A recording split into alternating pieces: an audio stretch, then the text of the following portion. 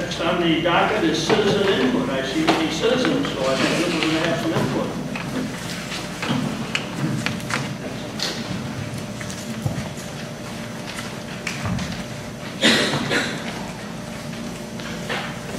I see 5 names on here. Is there anyone else in the audience that would like to sign up that didn't get an opportunity to sign? Okay. First on the agenda here is Mandy Fewig.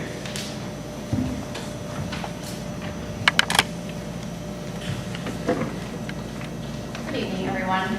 Like Bob said, my name is Mandy Fewig. I'm at 4821 Riverside Road. I'm a parent of 5 children, 4 who currently attend both Fox River and Evergreen.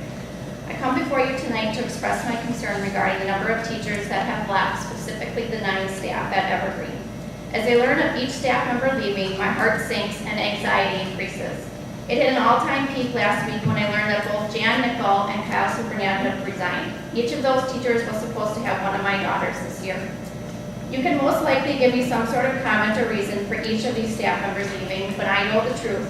I know the fear and intimidation that goes on in these buildings, the constant demands for more, the lack of follow-through by their administrators has led to the lowest staff morale I have ever witnessed. The lying and favoritism and threats have even led some staff to choose to give up their profession. How do I know these things? I worked in this district from '98 to 2006, at a time when school was a happy place to be. There was staff camaraderie and mutual respect. Fortunately for me, I moved on, but I have also remained friends with many staff and have made many new friends with new staff in all the buildings. I have listened to them both with compassion and anger. I was given the results of the fall staff survey and was completely disgusted with the results.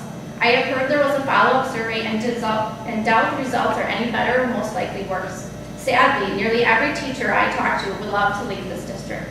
That makes me sick, as it's my children who suffer.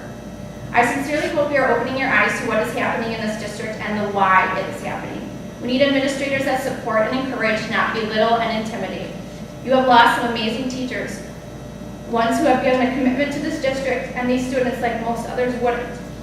Yes, they can be replaced, probably with wonderful teachers as well, but at whose expense?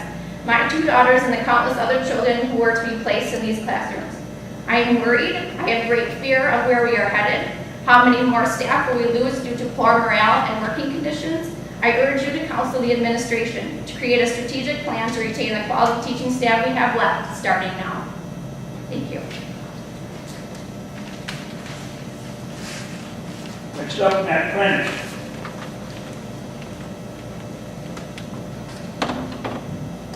Good evening, my name is Matt Cronick. I live at 30926 Royal Hill Road.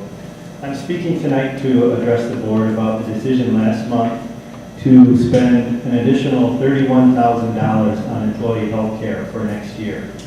My understanding of the history is that 2 years ago, the district left the WEA trust to go with the WCA because there was a cost savings. It sounded like a very good decision, and it's one I wish the board would have followed through this year when looking at health care costs for next year and even the following year.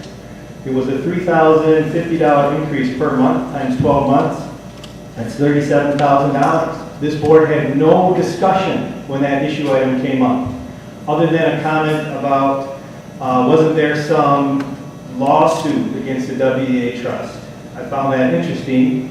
Doing a little research on that, it's a bunch of conservative school boards, this one included, that felt that was a good way to spend money on having the attorney look into that. But there was no mention by this individual or this board about the hundreds of millions of dollars that United Healthcare, who administers the health program, the health care plan that this district receives over the last 10 years, because they have intentionally denied coverage to the very people that are receiving that benefit. This has happened across the nation. You can Google it, United Healthcare Fine. They'll read all about it. The WEA Trust, of course, 40 years ago had a link to the WEAC, the teachers union.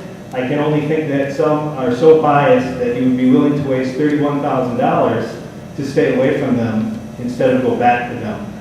Regarding what I just heard, I would like to see the survey that apparently teachers completed or filled out. I would like to know what their thoughts were on healthcare. Were they asked, do you want to go back with the WA Trust? Do you like the current healthcare? Another comment was made about prescription drug costs. I inquired. The health consultants that the district is paying about $25,000 to get data from the bidding health companies was minuscule. It was a couple of pages. I could in 10 minutes take the information from these two health companies and put it in a table just like they did. And they're getting a 1.5% commission on $1.6 million in healthcare. I asked if they provided a comparison of the top 20 prescription drugs that were used by the members, by the employees. And what was the copay? Because I heard that copay was higher if you go back to the WA Trust, even though I see they offer a zero copay for some drugs. Doesn't appear to be offered by WCA in the current plan. So, again, I like some of the penny pinching and the careful scrutiny by some board members, but I do not understand how you can pass up $31,000 in savings by the district, another $6,000 in savings by the actual teachers and other employees, because their 15% copay would have also been reduced. Now, there might be a perk or two on each plan, a health plan at the YMCA or something, and you get a discount, but I would really like each of you to explain to me or tell me how you can pay $31,000 more next year for a plan that I overwhelmingly think your employees would have much rather passed on and gone with the much lower cost option, the WA Trust. Thank you.